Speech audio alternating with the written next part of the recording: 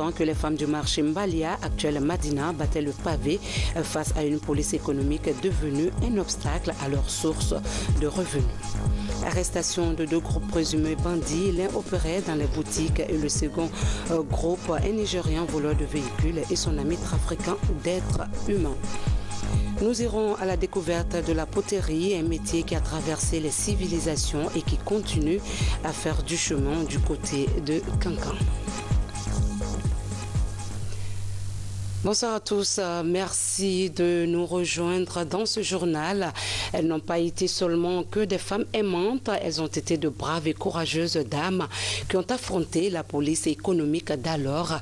Le 27 août 1977, les femmes du marché Mbalia, devenu aujourd'hui le marché de Madina, ont organisé un grand soulèvement féminin. Émancipées à cette époque, elles réclamèrent une certaine liberté pour le développement de leur activité. L'historique de cette date avec Mabintela Issouma. Nous sommes au marché Mbalia, au cœur de Madina, le plus grand centre de négoce du pays. C'est ici qu'est partie la lutte historique dans le destin de la femme guinéenne. Il y a 40 ans déjà, Marie Silla participait à un mouvement des vendeuses de ce marché. Nostalgique, elle s'en souvient encore. Tout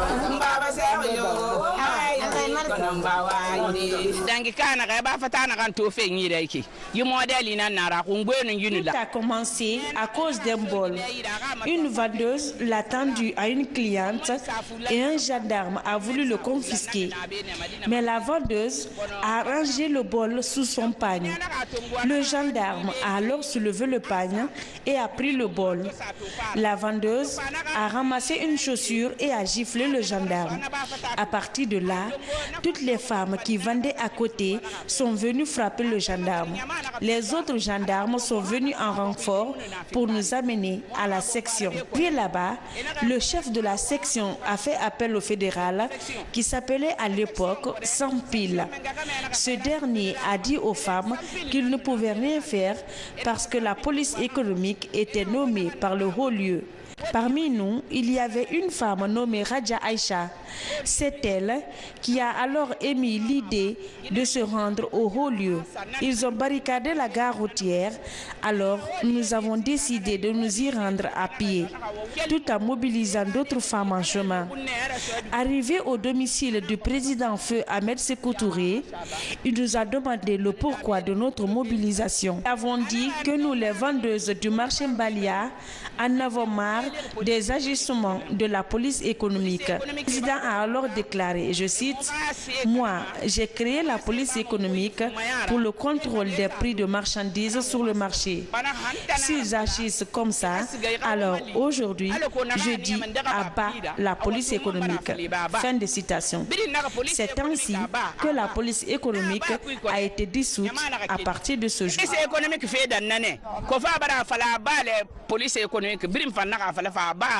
Ce combat marque un tournant décisif dans l'émancipation des femmes. Aujourd'hui, les Guinéennes veulent garder cet héritage laissé à travers les vendeuses du marché Mbalia, un héritage qui doit se transmettre de génération en génération. Et ce genre de date historique est aussi l'occasion de faire le bilan par rapport aux préoccupations actuelles des femmes. Vous avez la scolarisation de la jeune fille, vous avez l'accès aux postes de prise de décision, vous avez les violences basées sur le genre, vous avez les mariages précoces et vous avez l'autonomisation de la femme. Alors par rapport à toutes ces questions-là, évidemment, il est important que l'on continue à ne pas baisser les bras et qu'on continue à nous exprimer et à mener le combat pour que justement tous ces mots qui n'ont pas de justification ni dans notre culture ni dans notre histoire, pour que ces mots soient bannis pour le bonheur des femmes, des hommes, mais aussi pour le développement de notre société.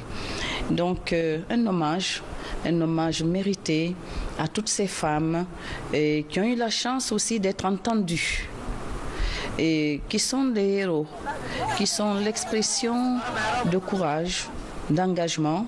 Cet engagement est toujours là et je souhaite que les femmes ne baissent jamais le bras et qu'avec le courage, on arrive toujours à bout.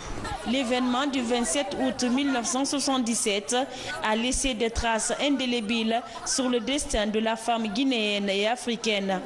Une date qui affiche surtout une preuve concrète que les femmes peuvent participer activement au changement des conditions de vie et de travail de la nation. Pour étendre les activités des femmes, la délégation spéciale de Djubreka exprime sa volonté réelle de construction de nouveaux marchés, une action d'intérêt public qui jette les jalons du développement socio-économique de la commune urbaine de Djubreka, puisque ces infrastructures permettront aux femmes d'exercer leurs activités commerciales. Manguedantou Massouma. Situé entre le fleuve Sumba et la chaîne du mont Kakulima, Djubreka, la cité de Sumbatumani et de Manganégué, est l'une des vieilles villes de la Basse-Côte. Ici, la délégation spéciale a ouvert certains chantiers pour favoriser le commerce en milieu rural dans l'intérêt des femmes. On a constaté que la population a des difficultés dans les différents quartiers pour les marchés. On a trouvé que certains quartiers, pour aller au marché, il faut qu'ils aillent à plus de 5 km pour accéder au marché. Donc on a jugé nécessaire aussi de cibler certains quartiers, comme le quartier de Simbaya.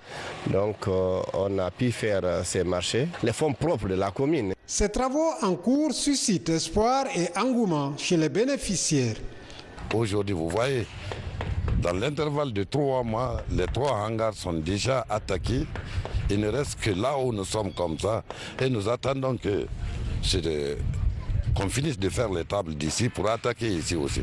En réalité, le projet du marché de Kalekouré est vraiment en bonne allure. Vraiment, le maire, on le soutient. Il nous a donné le mission là. Inch'Allah, dans 3-4 mois, on va terminer notre mission. À date, la construction de cet ouvrage de franchissement à Doyama, de l'école primaire de Dogbéré et du bâtiment qui abrite la radio communautaire sont complètement achevés. Par contre, les marchés de Simbaya, de Kalekouré et de Kagbélé que nous avons visités entre autres sont en cours de construction avancée. Connaissez-vous le village qui a enregistré le premier cas de la maladie Ebola en 2014? C'est bien Miliandou, un petit village de Guékédou, une maladie dont certaines personnes gardent de tristes souvenirs. Mais à présent, dans ce village, tout semble bien se passer grâce à un soutien de l'Union européenne et plan international qui apportent leur appui aux villageois. Mohamed Lamine Solano, Amarako Bassouma, reportage. Il y a peu, c'était encore l'un des endroits les plus dangereux du pays. Miliandou, un petit village de Guékédou de plus de 500 habitants. Lansana est l'une des figures les plus connues de la période d'Ebola. Lorsque le virus a terrassé des villageois, il a tenté de soigner les premiers patients alors que la maladie n'était pas encore connue des chercheurs. La résistance des malades à ces décoctions était une preuve inédite pour ce jeune praticien. Après une dizaine de morts, l'intox s'empare du village. D'autres ont cru que c'était la sorcellerie, des fétiches pour certains et même la magie en soutenant que certains parmi nous se transformaient en animal pour attaquer d'autres. Quelques mois plus tard, le village est mis en quarantaine et place à la panique. Mais les multiples décès liés à Ebola n'ont pas faibli l'engagement de Lansana à sauver des malades contagieux qui ont fini par lui transmettre le virus. Depuis, c'est une lutte quotidienne qui s'engage avec la maladie qu'il a fini par vaincre. Lansana a repris ses soins dans le village. Comme lui, c'est toute une communauté qui se relève. Beaucoup de personnes nous ont quittés, on était stigmatisés au point que même dans les marchés hebdomadaires, nos marchandises ne s'achetaient pas. Mais aujourd'hui, on rend grâce à Dieu, l'entente est revenue avec les villages environnants et on vit dans une harmonie totale. Avec le programme de relèvement des communautés villageoises de l'Union européenne et plan international, Miliandou bénéficie d'une unité de transformation post-récolte pour la commercialisation des produits de palme. À Miliandou, la majorité des familles ont été touchées par Ebola. La maladie a fortement agenouillé le village. 1 an et demi après la déclaration officielle de la fin de l'épidémie dans le pays, la vie reprend progressivement dans ce petit village de Miliandou, un district de Guékédou. Lutte contre le paludisme, la campagne de prévention se poursuit à l'intérieur du pays. Pour réussir leur stratégie de prévention, un projet local en partenariat avec une ONG malienne vient d'offrir des moustiquaires imprégnés à la population de Banko. Ces efforts pour les populations vulnérables est d'enrayer le paludisme d'ici 2030. Le point avec Moussa Bangoura. Les populations de la sous-préfecture de Banko à Daboula bénéficient d'un important lot de moustiquaires imprégnés. Le don est du projet Village durable de Banko à travers l'ONG malienne Millennium Promise. Le geste s'inscrit dans le cadre de la prévention du paludisme dans la zone en cette période des grandes pluies. Ce n'est pas seulement un don, une distribution, mais c'est d'utiliser correctement cette moustiquaire pour pouvoir protéger les enfants, les femmes, et surtout les femmes en grossesse qui sont les couches les plus vulnérables. Si l'on tient compte aujourd'hui du taux de prévalence du paludisme dans la commune de Banko, et si l'on tient compte également du fait que la pharmacie centrale de Guinée, qui était le principal pourvoyeur en moustiquaires imprégnés, vient d'essuyer un terrible incendie, nous disons que le projet arrive à un moment où nous en avions vraiment grand besoin parce qu'au niveau du centre de santé, des gens ont commencé à être en rupture de moustiquaires à distribuer. L'objectif du projet Village durable est de répondre aux besoins de soins de santé primaires de la population locale et de réduire la mortalité maternelle et infantile. Dans cette dynamique, plus de 1000 moustiquaires sont réservés aux structures sanitaires. Nous remercions beaucoup le PVD, le projet qui veut lutter contre le paludisme. En tant que bénéficiaire, dire à la population vraiment d'assainir les entourages. C'est les saletés, l'eau pourrie dans les boîtes de sardines ou autres qui provoquent. Au total, 12 000 moustiquaires seront distribués dans les différents ménages et des équipes seront sur le terrain pour une large sensibilisation de la population locale sur les conséquences de la maladie. Dans le même registre, les acteurs sanitaires et ses partenaires étaient en conclave pour mettre en place une stratégie de renforcement du système de santé communautaire. Elle consiste à harmoniser l'ensemble des interventions des partenaires. Ceci participe à la promotion de conditions favorables du bien-être de la population. Adiatou Bari nous signe ce reportage. La santé communautaire est l'un des axes prioritaires du plan national de développement sanitaire. La politique se concrétise sur le terrain avec l'appui technique et financier de plusieurs partenaires. La diversité des interventions des partenaires dans l'amélioration de la santé communautaire nécessite une coordination. Pour y parvenir, les acteurs impliqués dans le secteur misent sur une plateforme multisectorielle. Et donc nous nous sommes dit qu'il faut se mettre dans un dispositif comme une plateforme multisectorielle qui va permettre non seulement une meilleure concertation pour pouvoir fédérer les efforts et pouvoir mieux harmoniser toutes les interventions qu'on va faire en faveur de la santé de la mère et de l'enfant et pourquoi pas des personnes âgées. Les chefs de centre de santé vont être très à l'aise avec la nouvelle plateforme parce que chacun saura ce qu'il doit faire en matière de santé communautaire. Cette plateforme prend en compte la cartographie des différents partenaires selon les régions. De quoi cerner la distribution des interventions au niveau des districts sanitaires du pays. Il s'agit par exemple du mode de motivation et du montant alloué aux agents de santé communautaire selon les zones et les partenaires. Des stratégies qui renforcent la performance du système de santé communautaire. C'est la stratégie qui va permettre l'extension de la couverture des services et de santé et des services de développement, si je peux me permettre, et qui va aussi permettre vraiment une implication, une appropriation, une participation des communautés elles-mêmes pour les services qui leur sont destinés. Aujourd'hui, la santé communautaire reste un maillon fort du système sanitaire guinéen. Avec la mise en place de cette plateforme multisectorielle, de nombreux défis qui entravent son fonctionnement devraient être relevés dans les prochaines années. Venons-en au deuxième titre de cette édition. Déterminés à combattre le banditisme, les services spéciaux de lutte contre la drogue et le grand banditisme viennent d'appréhender 2 groupes de bandits. Le premier groupe pour sa participation présumée dans plusieurs actes de vol dans des boutiques et le second est un Nigérien accusé de vol de véhicules et son ami de trafiquant d'êtres humains. Ici à Gaba, Valérie Tanimane, reportage. Une PMAK, 17 cartouches de balles et 3 pieds de biche retrouvés entre les mains d'une bande de 7 présumés bandits, dont 3 filles qui jouent le rôle d'éclaireurs. Ces présumés bandits auraient récemment défoncé 2 boutiques de vente de téléphones dans les quartiers Lambani et Koloma Marché, où ils auraient emporté une importante somme d'argent. Ce que je connais là, les affaires de pieds de biche que je connais, mais les autres affaires des armes là, ça je ne connais pas ça. Ils sont venus ils ont parti les 17, à Symphonia, ils ont trouvé ma voiture à la hôtel là-bas. Donc ils ont pris ça dans la voiture. Mais l'affaire de l'arme là, je ne connais pas. Je ne connais pas l'appartient à qui. Je suis en prison. Je viens de sortir même pas 2 semaines.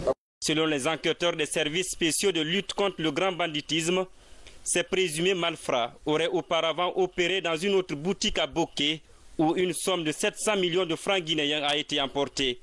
Peu avant leur arrestation, ils s'apprêtaient également à effectuer une nouvelle attaque à Kouroussa, où un orpailleur serait la cible. Cette arme est sa propriété. Comme vous le connaissez, les délinquants d'ici, on lui demande la provenance, il ne peut pas le dire. Ce qui est sûr, nous, on est dans un cadre de lutte. Le crime organisé est une mission transversale. Et la lutte va continuer. Ce monsieur était en prison à la maison centrale de Kindia. Je ne sais pas comment il est sorti. Je me demande comment il est sorti. Et comme c'est un habitué des faits, il ne peut pas vivre sans voler, sans brigander, sans braquer les gens. Sinon, une arme comme ça, une arme de guerre, hein, c'est un civil. Une arme de guerre, avec des munitions à l'appui. Vous voyez. C'est avec ça ils ont attaqué à Koloma. Cet autre présumé bandit de nationalité nigériane serait spécialisé dans le vol de voitures à l'aide d'une clé spéciale qu'il a réussi à fabriquer. Son ami, lui, de nationalité sierra-léonaise, s'est fait connaître dans le milieu du trafic d'êtres humains. Il aurait déjà envoyé 8 filles au Koweït destinées à des traitements inhumains. Ce réseau-là est tenu par monsieur Ibrahima Sankon, alias Djibou, qui s'est déguisé en tailleur, mais son activité principale est basée sur la traite des êtres humains. Et donc, sur plainte des parents de ces victimes qui sont à Koweït aujourd'hui dans les centres d'accueil, qui pleurent jour comme nuit pour rentrer dans leur pays, donc ces parents sont venus se plaindre. Et donc, sur ce fait, nous avons procédé des enquêtes pour retrouver le nommé Ibrahima Sankon, alias Djibou. Ce monsieur qui vient spécialisé dans l'ouverture forcée des voitures, vous voyez, le matériel qu'il a fabriqué. Quelle que soit ta voiture, si tu veux, il faut fermer avec clé ou avec l'automatique, comme vous avez une voiture automatique dans ce pays maintenant. Mais ça, ils ont les manières, il a appris ça au Nigeria avant de venir. Pour ouvrir ta voiture, faire à l'intérieur ce qu'il veut. Et s'il faut, avec le réseau, emporter le reste. Emporter même la voiture. Pour freiner la recrudescence du banditisme, les autorités sollicitent la collaboration des populations pour traquer tout groupe impliqué dans les activités illégales. En attendant, ces présumés bandits interpellés sont mis à la disposition de la justice. Autre sujet, Eladj Djeriba Djabi de la Fondation Djeriba Djabi pour la paix et Dr Makale Traoré, présidente de la coalition des femmes et filles de Guinée, se donnent les mains pour promouvoir et consolider la paix en Guinée. Pour jeter les bases, ces ambassadeurs de Conakry, capitale mondiale du livre, comptent mettre à profit leurs expériences pour renforcer la cohésion sociale. Mekini Moussa Kamara, Djene Ansane.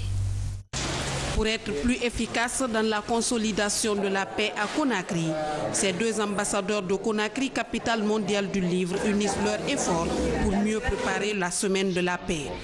Un événement attendu dans la capitale guinéenne. Ils expliquent les enjeux de cette rencontre. Un partenariat a été scellé pour pérenniser les acquis du développement. On ne peut pas parler de développement d'un pays sans la paix. Donc nous œuvrons tous dans le même sommet. Je me dis, la Guinée ne peut pas avoir un paix durable sans l'implication directe de nos femmes, car ce sont eux les plus visés, ce sont eux les plus touchés, ils sont vulnérables dans tous les cas. Et les Guinéens aujourd'hui, si on dit la Guinée souffre, c'est les femmes qui souffrent en premier. Donc elles, je sais le combat qui l'amène dans ce pays. Alors je me dis, venir le rencontrer, le connaître en se donnant la main, c'est un atout. Au-delà de leur appartenance politique, ethnique et sociale, ces leaders d'opinion sont déterminés à rapprocher les Guinéens. Pour atteindre cet objectif, ils vont intensifier la sensibilisation porte à porte. Le but, je pense qu'il est commun, c'est conjuguer nos efforts pour que la paix soit toujours préservée dans notre pays. Il faut bien des volontés, de la détermination pour apaiser, pour conseiller et pour concilier et faire la médiation et permettre que les tensions s'apaisent. On n'a pas forcément besoin de récompense, mais on a besoin de reconnaissance. La visite des Ladj, pour nous, est la reconnaissance de nos efforts et ça nous va droit au cœur. Ces ambassadeurs sont responsables de groupements, des structures qui ont mené des activités allant dans la pacification. La Fondation El Hadj Guériba Diaby pour la paix et l'assistance sociale et la coalition des femmes et filles de Guinée signent un pacte de promotion de la paix. Une volonté commune anime les ressortissants de Guékédou à Conakry. C'est l'instauration d'un climat de paix. Ils étaient nombreux autour de la question. Tous envisagent un avenir radieux pour la région, mais cela passe nécessairement par la recherche de solutions pour la consolidation de la paix. Bernard Tanguino. Guékédou, l'une des villes de la région forestière, située à près de 660 km de la capitale. Ces dernières années, la ville a enregistré plusieurs remous sociaux, instaurant un climat de méfiance et de haine entre les différentes communautés. Préoccupés par cette situation, les ressortissants de la préfecture vivant à Conakry se retrouvent. Principal sujet à l'ordre du jour, le rétablissement de la paix et l'entente dans leur ville. L'objectif de la présente rencontre est d'amener les cadres de Guékédou à avoir une démarche globale pour ramener la paix à Guékédou. Au cours de la rencontre, plusieurs voix se sont élevées pour dépeindre et dénoncer les causes de la recrudescence des conflits à Guékédou. Des conflits souvent nés des considérations politiques ou ethniques. Des appels pour un retour définitif de la cohésion sociale sont lancés. Pour toute personne qui aime sa préfecture, elle ne souhaiterait pas qu'on la cite dans le groupe des préfectures à haut risque. Notre préfecture a besoin de quiétude. Je voudrais donc profiter de cette opportunité pour lancer un appel à tous les jeunes, à tous les doyens, à toutes les mamans de Guékédou de cultiver la paix. Que chacun s'engage à être acteur de la paix et de la quiétude dans notre préfecture. Sans paix, sans quiétude, le développement va être compromis pour notre préfecture. Et c'est pourquoi nous apprécions très hautement cette grande mobilisation aujourd'hui des ressortissants de tous bords pour que nous puissions analyser et enfin prendre des décisions que chacun devra exécuter en tant qu'acteur pour la paix et la quiétude en faveur de notre préfecture. Les conclusions et recommandations de cette rencontre de Conakry seront formalisées et vulgarisées auprès des populations de Guékédou. L'organisation d'un forum préfectoral sur la paix dans la ville de Tiendena-Dembadouno est déjà en cours de planification. L'art potier est une tradition à Cancan. Le travail de terre cuite est exploité depuis des temps lointains dans le Nabaya. La poterie est pratiquée par les femmes et de la façon la plus esthétique. Avec de l'argile, de l'eau et du feu, elles fabriquent des ustensiles et des objets d'art avec des motifs décoratifs sans la moindre modernisation. Découvrons cette riche culture avec Fatima Diallo. À 35 km de la préfecture de Kankan, le village de Batenafadji. Ici, la poterie est un métier séculaire pratiqué essentiellement par les femmes. La majorité d'entre elles vit de cette activité qui exige assez d'imagination. Passionnées de la poterie, ces dames de Batenafadji parviennent à faire des objets culinaires ou œuvres artistiques à base d'argile. Un petit jeu pour elles à force de s'exercer. Le savoir est transmis de génération en génération.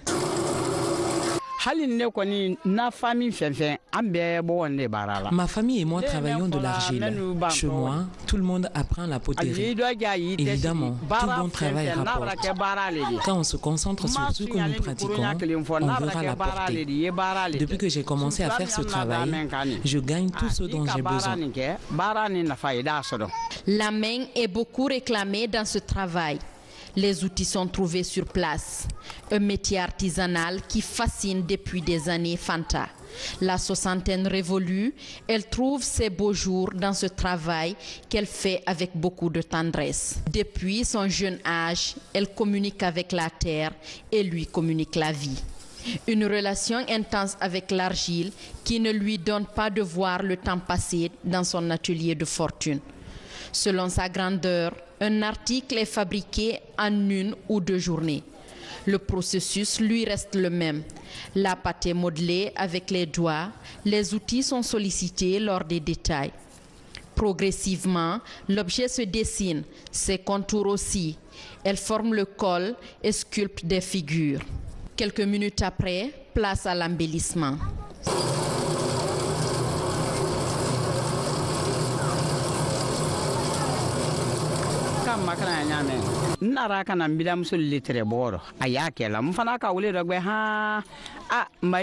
C'est ma belle-mère qui m'a appris à travailler l'argile. Et moi aussi j'ai commencé peu à peu. Puis j'ai fait des poupées en terre en grande quantité et j'en vendais au marché. Ces jouets étaient aimés par les enfants. Certains même pleuraient et obligeaient leur mère à en acheter. Ensuite, j'ai confectionné des tortues et des éléphants avant de commencer à faire des jarres.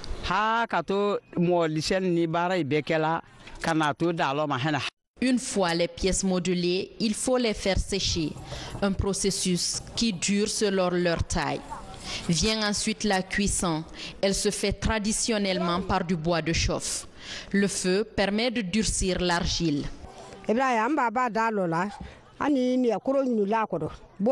Nous mettons des fers pour conserver la chaleur, puis les jarres et on les couvre de bois avant de mettre le feu. On met beaucoup de bois pour que les jarres soient bien cuites.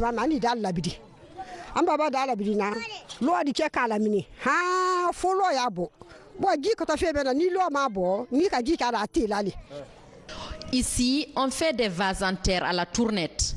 Il y a plus de 20 ans, ce métier était pratiqué par une seule catégorie de la population. Aujourd'hui, ce n'est plus le cas à Batenafadji, d'où l'attrait grandissant des femmes à la poterie dans le village. Ce travail demande beaucoup d'efforts. On utilise du feu, mais il permet de nourrir nos familles. On ne connaît que la poterie. Des jarres, canaries, fourneaux et autres ustensiles sont confectionnés et cuits par ces femmes.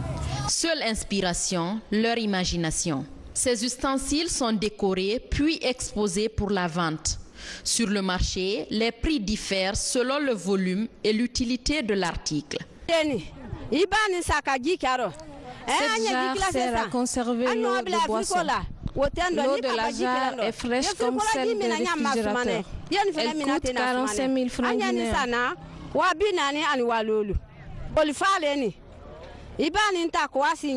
Cet objet est un seau pour le bain. L'eau d'ici est souvent destinée pour le bain des personnes invalides. Le seau est vendu à 40 000 francs.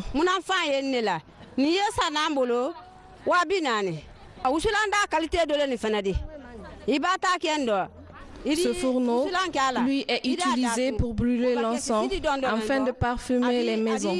Il se négocie à 10 000 francs. à Batenafadji, on utilise encore les canaris pour la préparation de décoctions.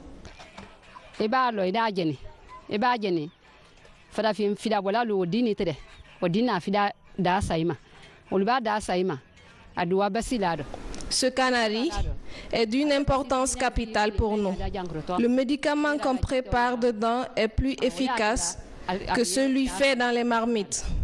Même le riz et la sauce qui y sont préparés sont de meilleure qualité. Nous luttons pour la conservation de ces canaris.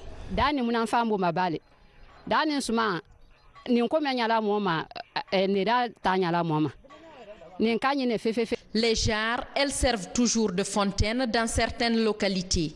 Et pour la plupart des familles, les fourneaux servent à brûler de l'encens ou sont tout simplement utilisés pour la cuisson. Même si progressivement elles sont rangées au profit des réfrigérateurs du fait de la modernité. Chez certains conservateurs, la peur que ces ustensiles disparaissent des familles un jour reste grande. Voilà ces merveilles qu'on peut toujours récupérer, met fin à cette édition d'information. Merci de l'avoir suivi. Que la paix de Dieu soit chez vous. Bon début de semaine à tous. Bonsoir.